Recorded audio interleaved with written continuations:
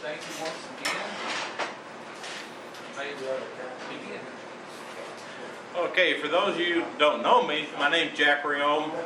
I'm a woodturner, and I live in Concord, live right next to Lowe's Motor Speedway, or Charlotte Motor Speedway. They keep changing name back and forth. I always start my demos off with a short safety thing, and tonight it's extra special. One of our fellow turners got seriously hurt the other day. Jerry Meismer, that turns the hats, came here and gave the demo. Had a piece blow up on the lathe. It hit his face, broke his nose in about 3 places, and we're not sure everything that's going to go on right now. But can't stress enough on safety, and I know myself and Jerry and a lot of others won't be turning anymore unless we have face shield on. And our club has already purchased 6 shields to go with our lathes that we take out, and when we go on the road, everybody that turns is going to have a face shield on. If they don't like it, they can leave. Let me add just a little bit to that. At this power, we used to require not only the face shield, but also goggles of some kind underneath the face shield. So Well, Jerry you had. might want to take that into advisement, because we were real strict. Jerry had safety glasses on. He had a piece blow up. It hit him in the face, and Tammy, his wife, happened to be out there with him, and she said it sounded like a shotgun went off when it blew up, and she turned around and she just seen Jerry falling over in a slow motion type mode, and had to call 911 because he couldn't breathe because all the blood going down his throat and everything else. So keep him in your prayers, and yeah, Mo. In May, Charles Farrar told me that there was 2 people killed in the U.S. in May. Things blowing up. Yeah, it's kind of not funny, but I'm so convinced that safety has to be there that I was actually just writing notes down on a pad at home because I was going to write an article to the AAW about safety, and then Tammy calls me and tells me what happened to Jerry. So the article, I told her to take pictures. I might need pictures for the articles. But anyway, Jerry's home, but he had to go to the VA today, and I'm sure they're going to have to operate because it busted his nose up around the sinus area and everything else. So we're just going to find out what's going to happen. So wear your face shields. The face shields I happened to order for the club was not just the plain face shields like you use on grinders like this one. The ones I ordered from the club, I ordered from Woodcraft, and they got a solid piece that comes down almost like a hockey mask. They're about $55, I think, but they're good and solid, and you can replace the lens. But like I said, we got one coming for every one of our lathes when we're out on the road. So with that in mind, safety first. Tonight we're going to do duck calls. I do a lot of demos with different things. Matter of fact, if you happen to be in the Greensboro area, next Tuesday at this time, I'll be up there doing spiral goblets. And Thank you for this. yeah, And just the spiral goblet that he's got over there is the one I did the last demo that I did here, and then I gave him a duck call, or I think it's hawk. I think it's a hawk, but I gave that too, so you guys can raffle off with the other end. So You made that for your son-in-law, didn't you? yeah, the display. Did he ever get it? Oh yeah, I just keep borrowing it back off of him. My son-in-law's a hunter, so I made him this display and made the case and everything a couple of years ago, and I really love turning calls. One of the big things about calls when you're turning them, if you don't like it, it's not like an ink pen where you're using the cartridge up or you're using the brass tube up and then you're stuck. You got to buy new brass tubes or you can't get it apart. You pull the reed out of the inside of it, throw the wood away, and you can make another one. You don't waste anything except a little bit of wood. So, and they got calls for everything from deer grunts to owls to hawks to rabbits, you name it, they got a call for it. And basically all you need for a piece of wood is, and they don't have to be the same size. They can be shorter, longer, whatever you want. And this is just a block of spalted maple that I'm going to be making the call out of tonight. And then the other end's going to be made out of black walnut. Yeah, Tim? So the overall dimensions or size of the wood doesn't affect the sound of the call dramatically? The dimension doesn't affect it that much. Matter of fact, you can, if you got a real good ear and everything else, you can actually tweak the sound in by varying the length back and forth. But you know, for a gift or something like that, you know, there's some of these true hunters out there. I've never been a real big hunter, but there's some of these true hunters out there that can tell the tones of different calls, and they'll go by that. Well, my ear isn't that good for that anymore. I've drawn jet engines too long. But basically, what we're going to start with I always start with the main part, this part of the call. Basically, all this, a 3/4 inch hole is going to be drilled through there. You can use a Forstner bit, or you can use, tonight I'm just going to use a spade bit on drilling it. I just found the center, and I promise I won't throw the wood off on you. But Just let me have a patient with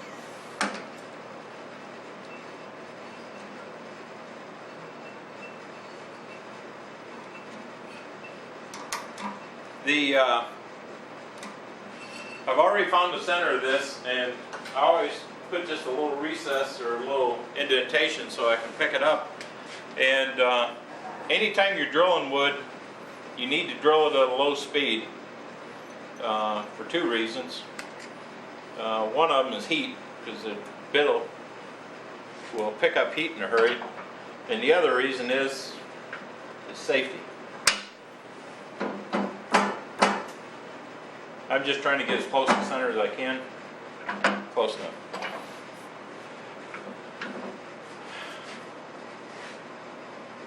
I just got to figure out this lathe. Can you adjust this when it's running, or without running? No, it needs to be running. Okay. Needs to be plugged in too. Oh, that would help. Minor. Jack, where do you get your reeds at? I get them. Penn State has them. Woodcraft has them. Just about all the companies where you buy your kits nowadays has got them. There's some that says they got special holders for them and stuff like that. I'm going to explain that in just a second. But most of them take the same thing.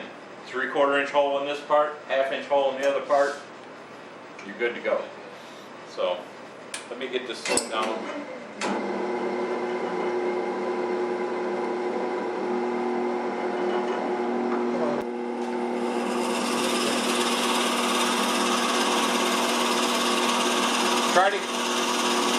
The other reason you want to turn slow is so it doesn't rip the wood out. You want to cut it.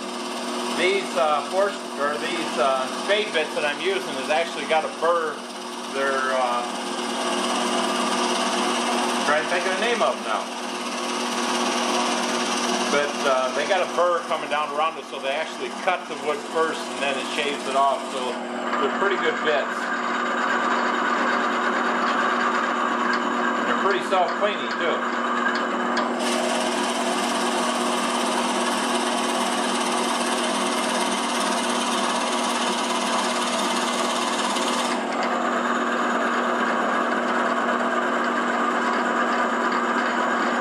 One of the things I do a lot of times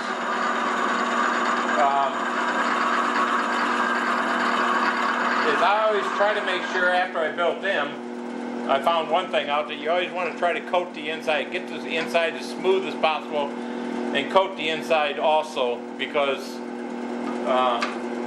when you're blowing on it and stuff like that, if it's not sealed, it's just going to start to build up with moisture in there. See if I can just push this through now.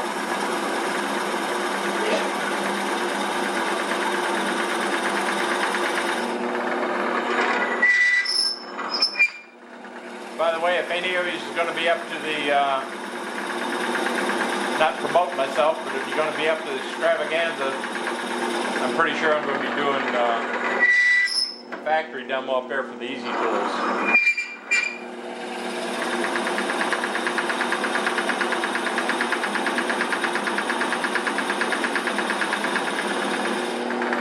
When you get close, you want to crank it through because you don't want to push through into your chuck.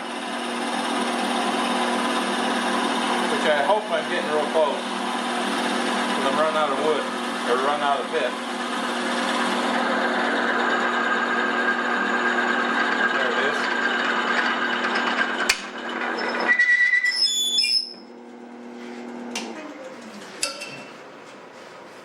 Just make sure that's, yeah, that's all the way through. The reason I do this part first is you got to have this piece done for when you do the tail piece, or the other end of it is what actually holds the reed.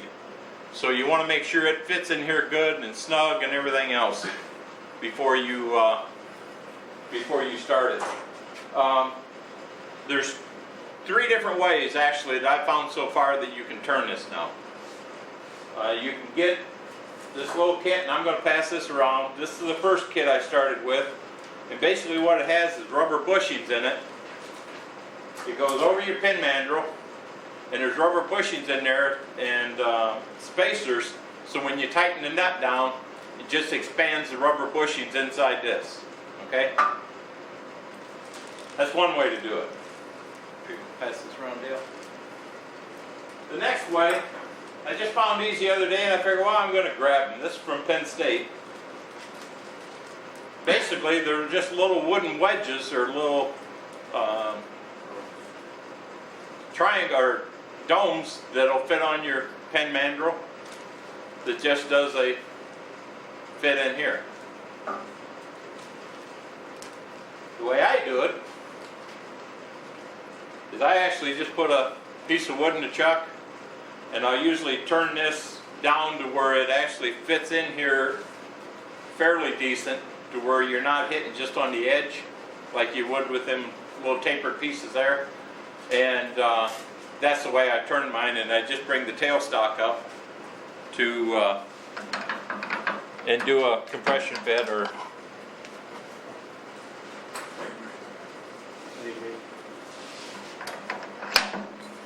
we're just going to stick that in here. I'm going to put this in the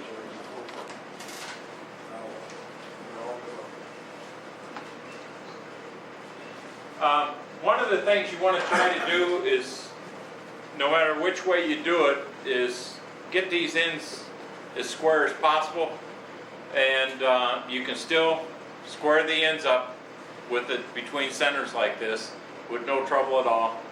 But if you use a wooden block like I'm using here, first thing you need to do, if it comes out of the chuck, you got to re-true it once you put it back in the chuck, because you never get it true again just by sticking it in there. So I'm just going to run a tool across it real quick and get it trued up. And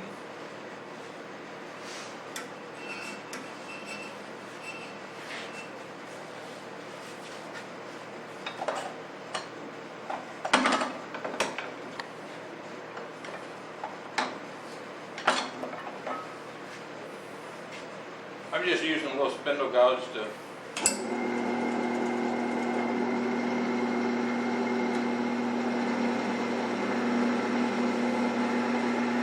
don't mind me if I'm talking. I'll raise this up. But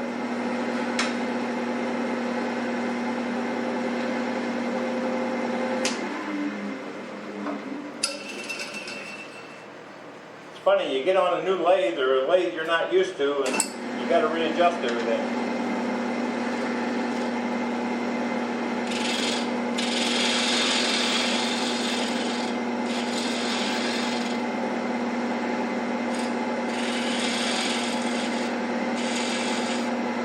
That's basically all I need. I just need to true that up just a tick to make sure it's running true before I put this on here.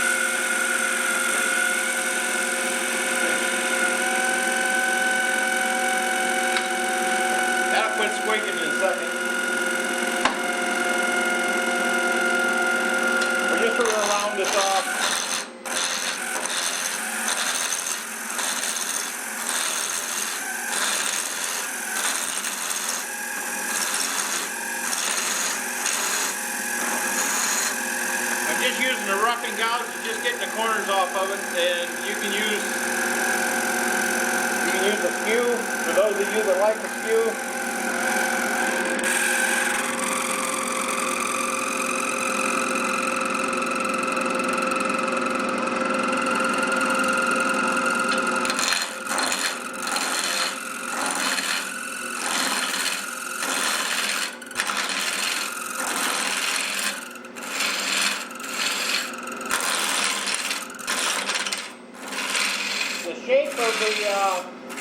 The shape of the main body,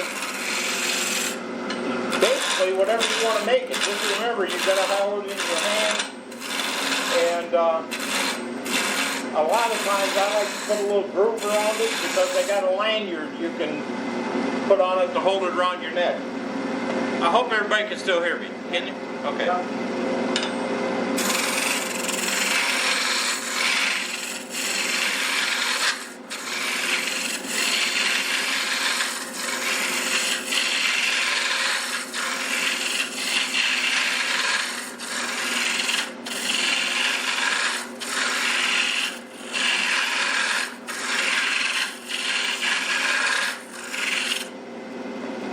Whenever I'm turning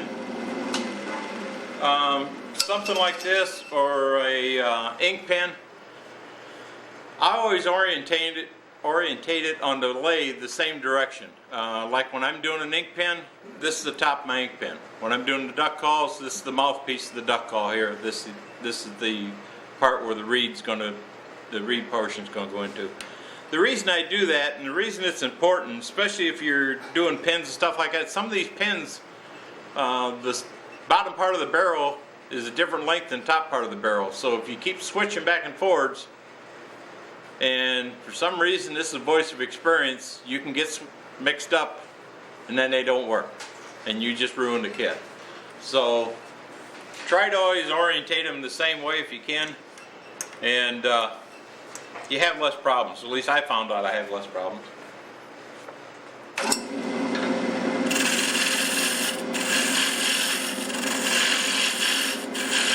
We're just going to get this down to size a little more.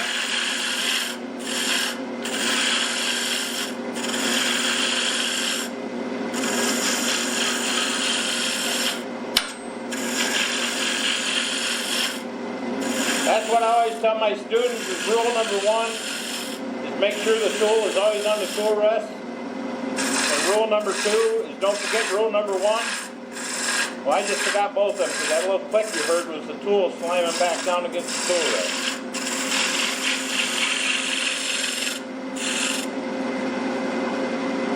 Okay, that's roughed in. I'm going to grab just another one. If possible.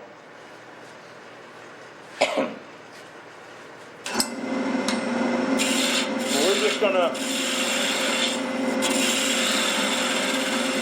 start to put a little shape to this thing.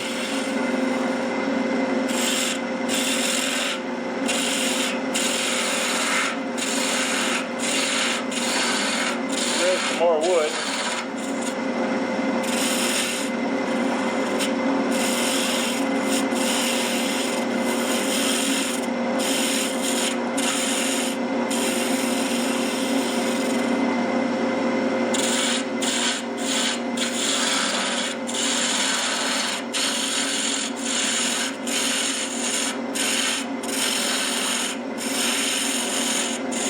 Remember, when you take this down, there's a 3/4 inch hole down the middle of that thing.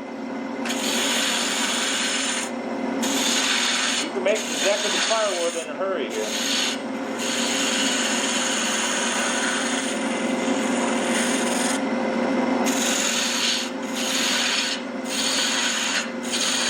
Most saws I've seen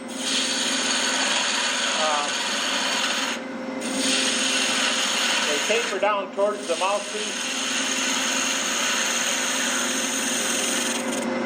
I mean, you can, whatever shape you want to make them. The outside of it doesn't really matter that much.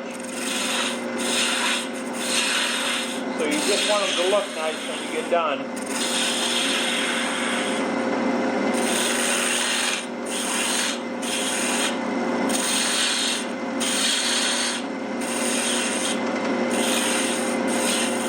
just kind of winging this. See what I can come up with here.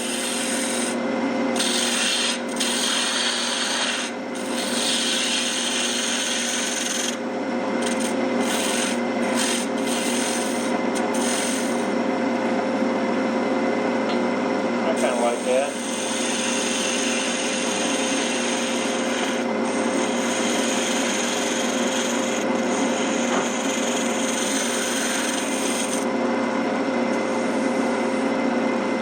But as you can tell, it's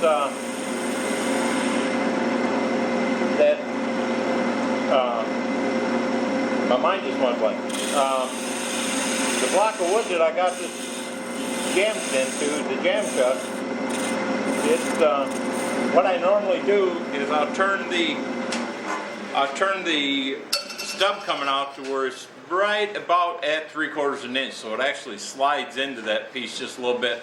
I found out if you just have just a plain taper on it, all you got is that little bitty edge that you're trying to jam chuck into, and it'll do one of two things. It's all according to what kind of wood you're using, but sometimes it'll cause the wood to eat away from your jam chuck, and sometimes it'll cut into the jam chuck. So I try to get it to where that piece kind of slides into it. It's fairly tight in there right now. The only thing you don't want to do, you don't want to have it too tight, so when you turn this thing down, it'll explode on you. So that's the way I do the jam chuck. Let me take a couple marks out of this.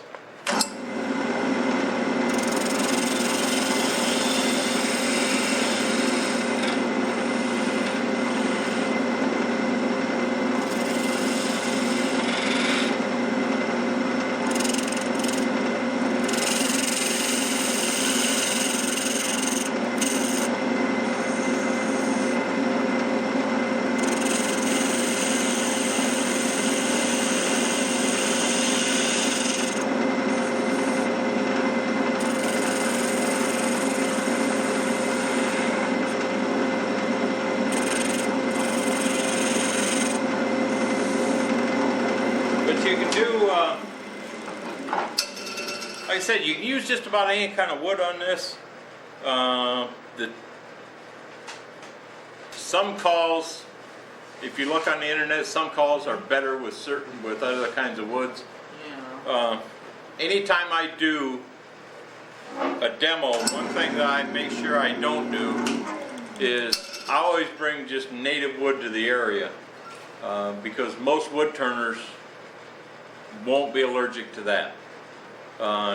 That's one of the things you got to be careful with when you're doing demos is you can't take, well, Ed knows. We had a demonstrator not too long ago. Ed walked in seeing what kind of wood he was going to turn and had to walk right out again. Just say the word cocobolo. Yeah, it starts swelling up if you say cocobolo. He doesn't like that stuff at all. But so that's one of the things, if you get into doing some demos that you have to take into consideration is your environment, your people. The first time I ever went to a demonstration, I sat right down front watching it, got home, couldn't talk. My wife wanted to know what was wrong with me. Didn't even think about it. The guy was turning cedar, and I'm allergic to cedar, so my throat was swollen shut. So you always gotta think about the people. I'm just going to do a quick sanding on this. Yeah, we'll get most of it up with that. I slowed the lathe down, and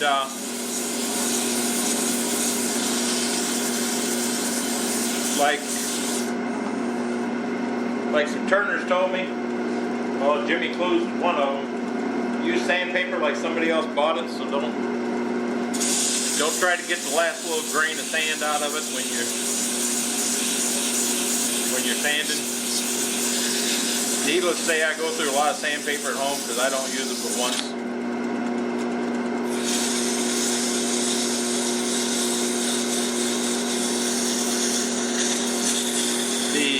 I'm not going to do much sanding on this, but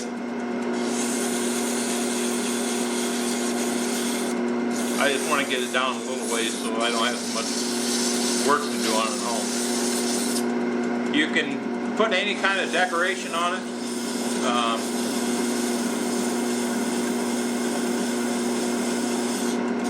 One of the things that's always nice, especially on this wood, since I'm going to have some darker wood down at the other end, we'll burn a couple lines in here real quick. We'll try to get them right on top of these beads.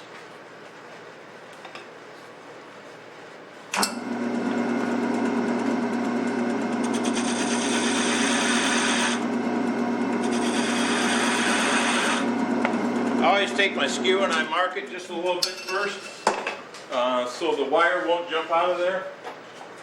But needless to say, you can't do this on slow speed. You got to speed it up just a little bit.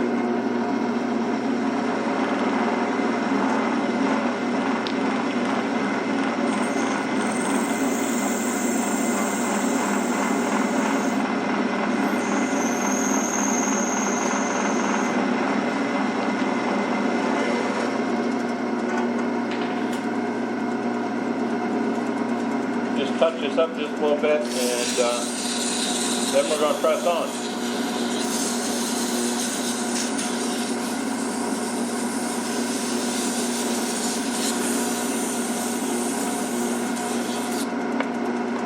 Actually, if I would have been thinking, I would have drilled both pieces. Well, I had to drill in there, but doesn't really matter. The shape doesn't mean anything to them. The different woods does make a difference on some calls for the people that's really into duck calls and deer grunts and everything else. So now I'm going to drill a 1/2-inch hole in this one. This is the part that's going to actually hold the reed. Grab something here. Here's what some of the reeds look like if you want to pass this around. There's a, what is it, wood duck and a deer grunt. So, by the way, them bits that I use is Irwin bits. Get the lows any place. But I like them because they're not just flat all the way across. They got a pretty good sized tang coming up on both sides that that cuts the wood first, so it doesn't rip it apart. So I've had good luck with them so far.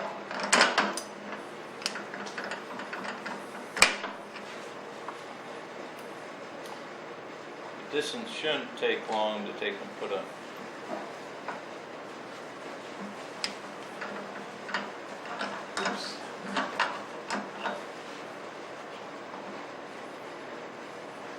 The other thing you always want to try to do is clean out your Morris taper before you stuff it in there, in case you got some shavings in there, because you can kick your chuck off to one side a little bit.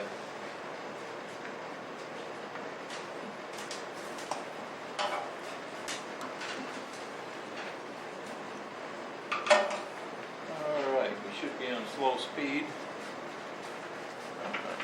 Tighten that down.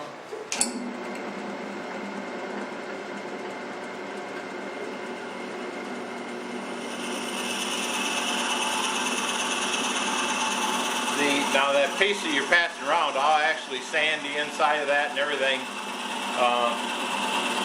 before it's finished. And a lot of times, the way I start my finishes anymore is I took some wire and made some little hooks, spring hooks, and I'll hook on the inside of that thing and just literally dip it down in sanding sealer. And that way it coats the inside and the outside, everything at the same time. Try to get this a little slower.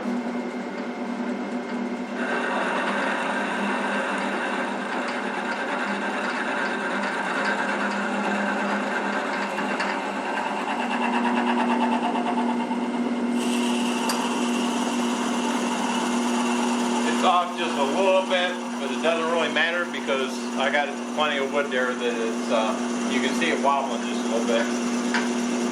But I got plenty of wood to play with.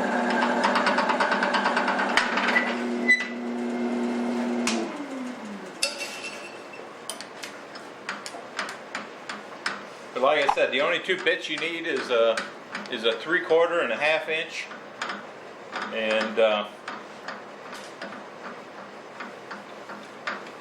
that's it. Now the first thing that I'll do with this, I'll actually turn a tenon on one end that will fit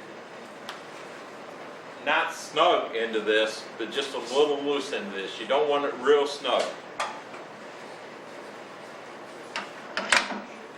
By the way, one of the things, if you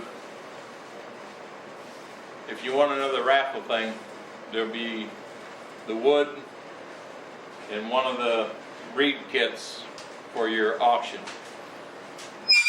So somebody will take one home tonight. You can make your own call.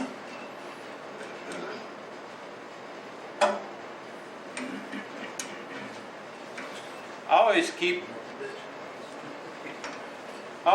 just about all my cutoffs when I'm making something, because I use this same technique on a lot of different things. When I'm doing a bunch of ink pens, I'll take one of these and taper it down and take the brass bushing and just keep setting them in there with the lathe running, run this up, sand it, pop it out, keep sanding them. So I use a lot of these tapered pieces on a lot of different projects.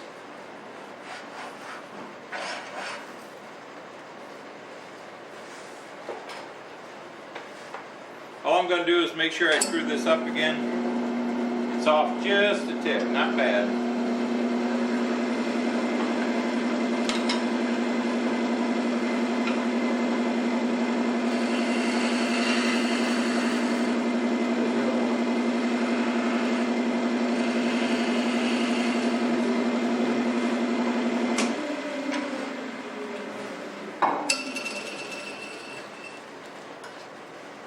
Like I said, the first thing we're going to do, as soon as we get this rounded off, we're going to put a tenon at one end that'll fit into this loosely. And then we can finish shaping it. Then the last thing we have to do before we do anything else to it is we have to put, there's a couple of O-rings that you've seen in them kits that you're passing around. That seals it around here. And not telling you who it is that's in the crowd, but I showed one of the members how to make a call one time, and the first thing he had to do was go home and put threads in it so he didn't have to use the O-ring. So I'm not saying who it is, but it was done on a Rose engine.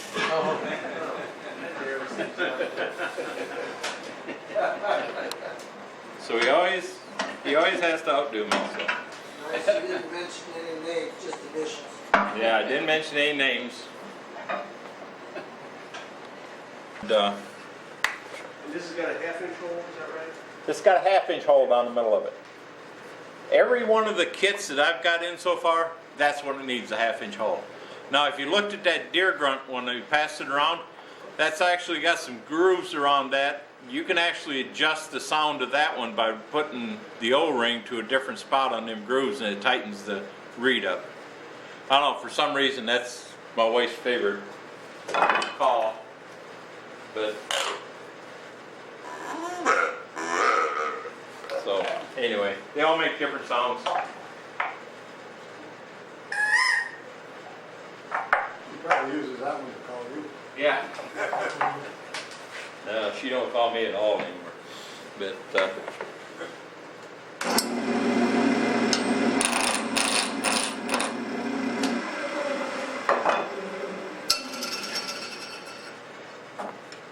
we're going to use a different tool, just to show you that I can still use it. We use skill.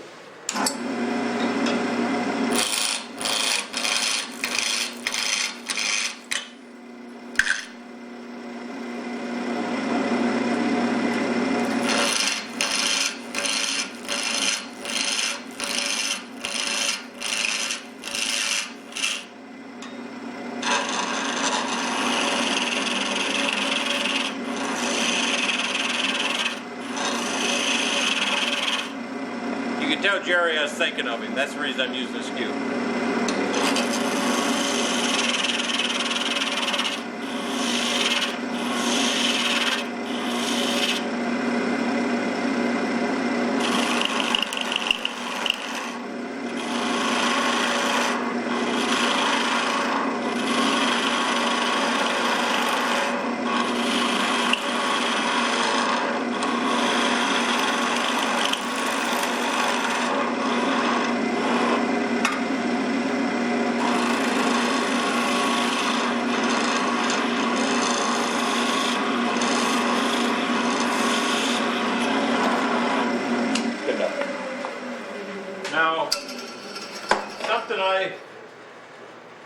a while back. Well, I watch a lot of videos because I'll go out in the shop and I'll turn the video on and I'll turn a while and stop and watch the video. Picked it up, I'm not sure whose video it was, but the guy was showing, he was an older gentleman, and he was showing a parting tool. And you know how some of the parting tools, when you first cut into the wood, sometimes you can get that little tear out like when you're cross cutting a piece of plywood.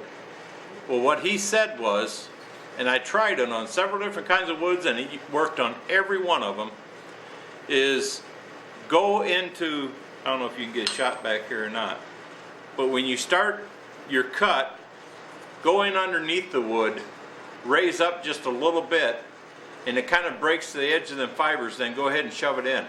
And I tried it on several different kinds of woods and I never got any tear out if I did that way, but if I did it the way originally I was taught, with it more up, I was getting tear out. So it's a little thing, try it sometime. But like I said, just bring the back end up, just start into where you're just starting to see a mark around the thing, and then just drop the back end and shove it on in. And now watch, you probably won't do that this time. But all I'm going to do is, I know that I got a 3/4 inch hole in here, so I'm going to set the dividers to just a shade over 3/4 of an inch. So I got that fudge factor.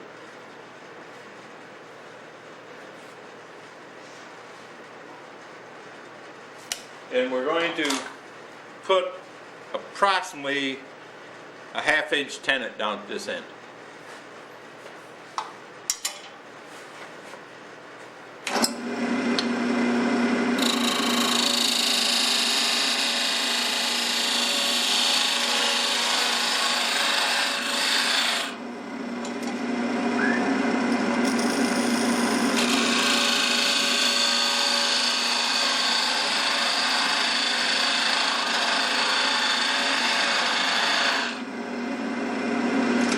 I don't know if we'll be able to see it or not, but if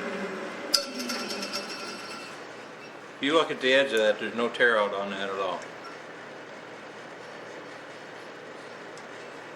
Versus, let me see if I can, this may make a liar out of me. Vern's hoping, but now that's the way I was taught to go in.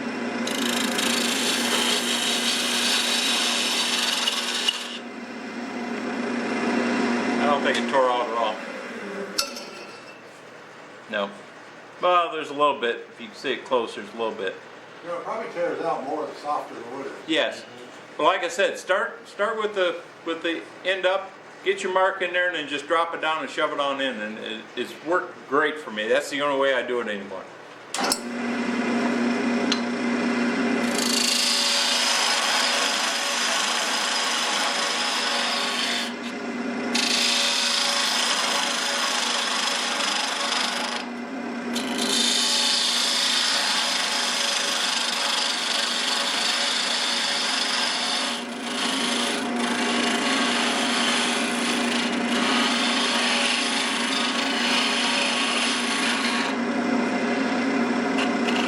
I always chamfer that out, that corner of it that's going to go into this piece. I always chamfer just a little bit. Now, the only part that's bad is you got to back this off just to make sure this will fit, which it should end up center again, so I'm not worried about that.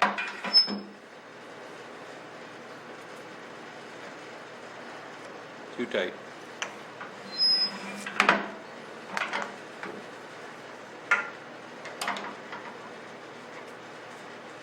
Just be careful when you're tightening that up that you can, this is only about, well, what would it be? 1/8 of an inch on each side now? So you can blow it up in a hurry.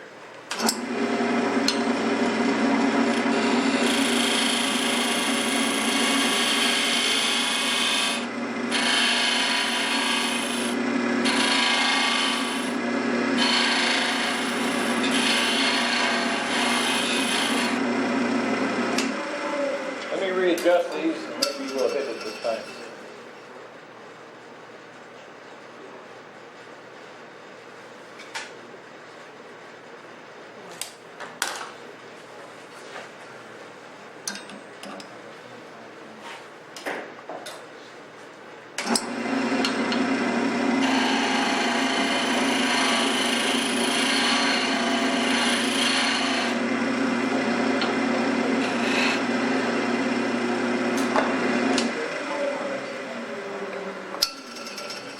it should work now.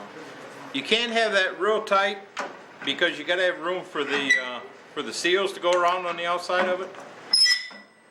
Sorry about that. Dang, still too tight.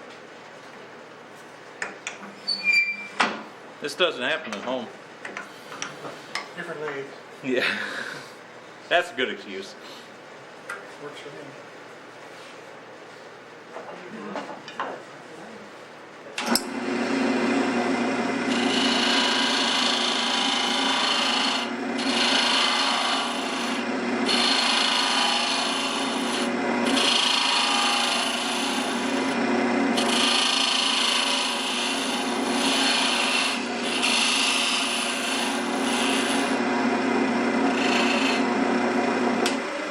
I actually just did a demo up in Hickory, what, a month ago, Roland? Yeah, 3 weeks, 4 weeks.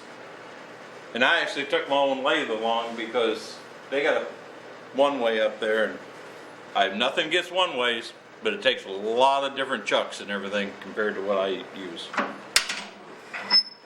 So I loaded my Powermatic up and took it along with me. Okay, you see how easy that slid in there now? That's about what you want. You don't want it super, super tight.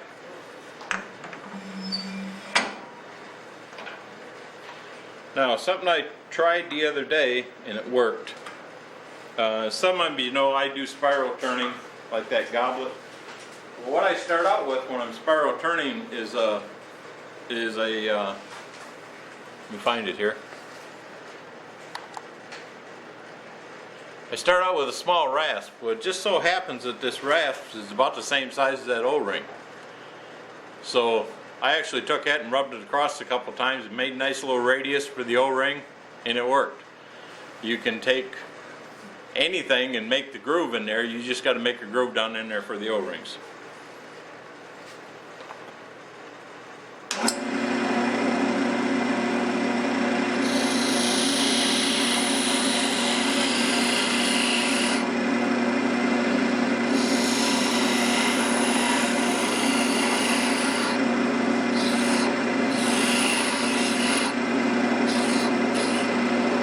That's how quick that was. Now we'll go through and we'll finish shaping this a little bit.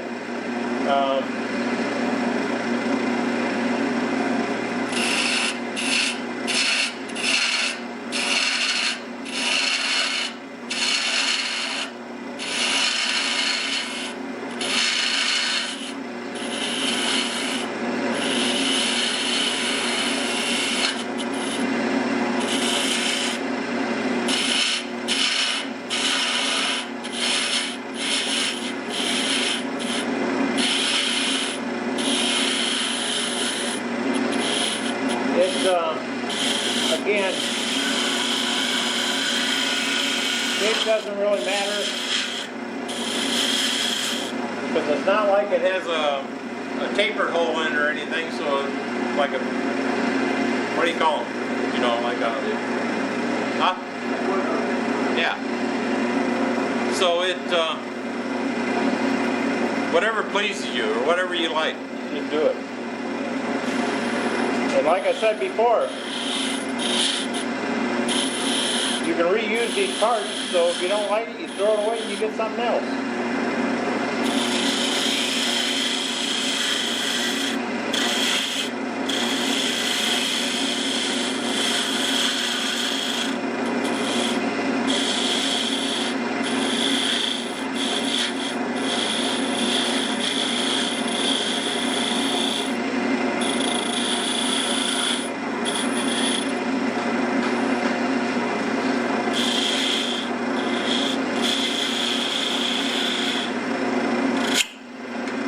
Not bad.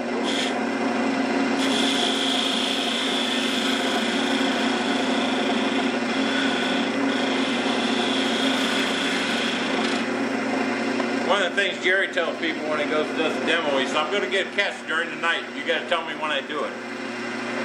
That way it's automatic. He can get one and nobody can say anything.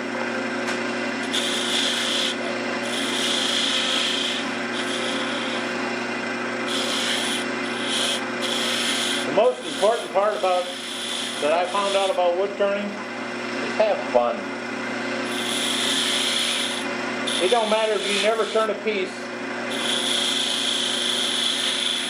you know, that you'd want to put into a gallery or anything else, as long as you have fun.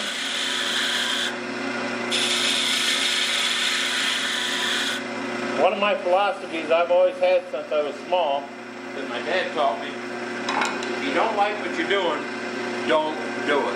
If you don't like your job, find a different one. You gotta enjoy what you're doing. Life is way too short. I grabbed the wrong tool.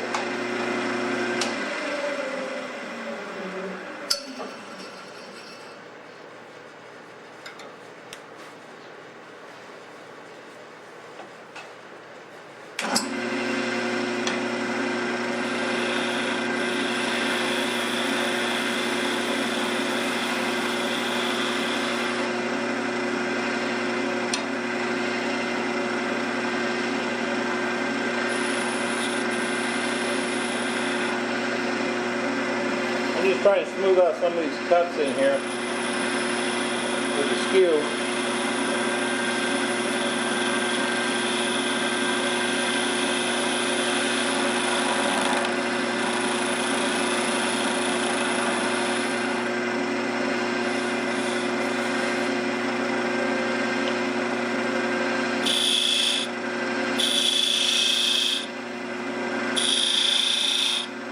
Roland and Jerry and I and Ed, we was up here doing a Saturday workshop one time on the use of the skew, and we was telling everybody that you got to use right hand and left hand. You got to be able to switch back and forth. Well, I happened to be right back there by the sink keeping an eye on a couple guys, and they may be here tonight, I don't know. But, and I don't really care. But anyway, told them, says, you know, use your right hand for a while and switch over and use your left hand. So I'm kind of keeping an eye on them and a couple other people, and I keep looking over, and man, they're doing great. They're switching back and forth. Well, then I noticed the same person was doing left hand, the same person was doing right hand, and here one person was right handed and the other person was left handed. So they was just switching people. They wasn't actually switching hands. Said, oh no, that ain't gonna work. So I can't remember who them guys were. That was, how long ago was that? It had to be a year or so ago. Because I know at the time somebody asked me how small stuff you can turn with a skew, and I was just finishing up a rice bowl. So I turned the chopsticks out of ebony with the rice bowl. And then Ed had to get smart, and he turned a toothpick, and then I think Jerry turned a toothpick with a captive ring on it, so we just kept getting smaller and smaller. But skew is a good piece of equipment. That's good. I'm going to burn them lines in there again on this one.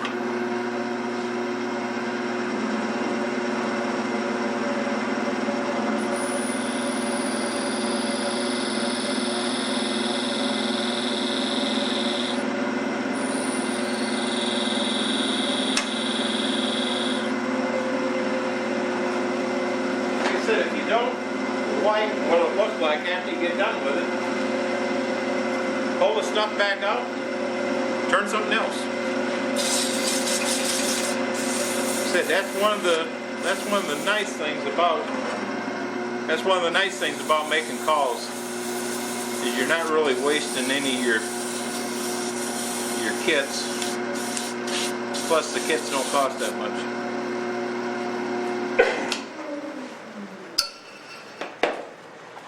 I use to sand these is I just got some dowel rods that's got slots in them.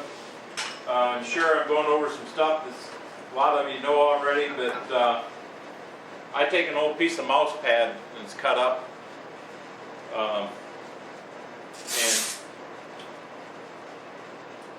I just put them in here and lap it over and stuff the thing down in the crack, and then I can reach inside and sand the thing. A lot of times what I'll do is as soon as I drill it, I'll sand it then while it's in there, just drill the thing, sand it out real good, try to get it as smooth as possible, go through your grits if you have to. I know all of you know this, but it's always a good reminder, your grits is, if you start out with 180, or 90 let's say, or 80 grit, if you start out with 80 grit, your next one's going to be 120. You take half of what your grit is and add it to it, and then after 120, it'll be 180, and that's the way you go through your grits. But let me find something to put in this. We'll make sure the O-rings work. I also take, oh, they're over there. I like putting a little bit of either beeswax or soft Canova wax. And soft Canova wax is very easy to get a hold of. It's very cheap. And it's called Kiwi shoe polish. It's Canova wax. You can eat that stuff if you want to. And I'd venture to say everybody in here has eaten Canova wax before, and probably half of you has ate it today. Because any medicine you have that's a hard pill has got Canova wax on the outside of it. So it won't kill you.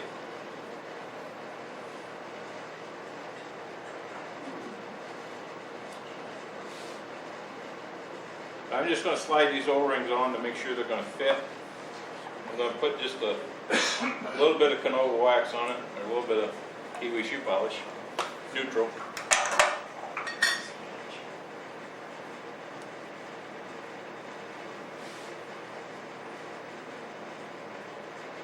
Perfect. I'm not sure which. I just grabbed one. Now you get these calls, some of them you get has two of these little bushings like this. The reason being is the call goes in this way with the reed sticking toward your mouth. And then some of them you put the other little rubber bushing down this end. It just dampens the sound a little bit. In fact, I think there's one right here. You can see there's a little rubber bushing on the end, but if you pull this apart, there's the reed at the other end. And basically, so the guts and the side of it is pretty much interchangeable amongst all of them. Correct. I could take this piece out of here right now and stick it in this one I just turned. That is to me is one of the neat things about doing calls is I can take the end piece out of one of them other ones and stick it in this one. You can interchange stuff back and forth.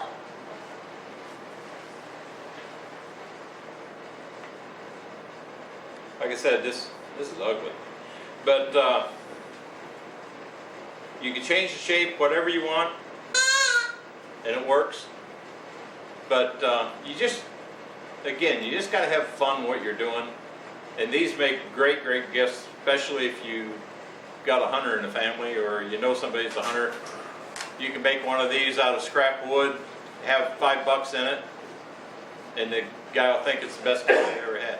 Is that about what those reeds go? I think that's what they are, is like $5 to $7, something like that. When you buy the kits like that, Jack, do they send instructions with them also, or is it just, you have to know? I think they do. Chinese. Do they? And state laws anyway. I think they do. It's just been so long since I bought them them kits, and of course the first thing you do is I know how to do that, so you throw instructions away. Penn State's got a section where you can get instructions for everything. Yeah. Online. Yeah, a lot of the places I know Woodcraft does, like a certain pin kit or a call or something like that. You can actually go online. You can go to that section. You can download the instructions, and but they're very easy to make. They're a lot of fun to make, and you know, this is just a quick reference here on how to do it. But you can get these. I've seen them turned out of acrylics. There's some online that I've seen that I actually watched the video, and the guy's guy advertises in his website, you know, hand turn calls. And you go to watch the video because he's got a thing that shows the shop and everything else. And there's a guy sitting here putting a call in the lathe. He hits a button and the thing turns the call for him. He pops it out and all he's doing is sitting there popping them in. And it's a CNC lathe and he's putting a piece of wood in there and that's what he calls a hand. Every one of them is identical except different woods. Yeah, but what's he getting the call for? Oh, he gets, I think around $150, $175 for a call. I had a friend in Louisiana that makes turkey calls, trumpets, they're made a little bit different. I just got an email the other day. It came in third place, some grand national turkey call contest. He does ornamental turning, it's from ornamental turning place. This thing is incredibly beautiful. He didn't tell me how much he sold it for, but he just said he sold it for a lot of money. And they gave him half the pigs, and he said the neat thing about the whole show was they sold it free, apparently for the same price. They didn't have to give it to the show. So Well, that's like that one these things, if you know what you're doing, now they go by, they're graded on what they call, they got these professional turkey call guys, and that sounds like a turkey that came from Kansas City, you know, and it had red feathers, you know, but his were beautiful. These were The little suckling Yeah. trumpets, like you've seen Fred Cannell makes them too. Yeah. Well, I got a friend of mine at Hendrick Motorsports that if you shoot a turkey, you give him the wing bone out of the turkey, and he'll actually make a call out of that wing bone. And they're This guy's was made out of ivory and or African blackwood. Any other questions on this? I mean, I know it was short and sweet, but they're, like I said, they're a lot of fun to make. I'm going to have whatever call you want to pick out of that, whoever wins that thing or gets it, but there'll be they can pick the call out, they can pick what I got here, and take one home and make one. Because all you need now is a lathe and 2 drill bits, and you can make it. So. Thank you, Jack. Thanks.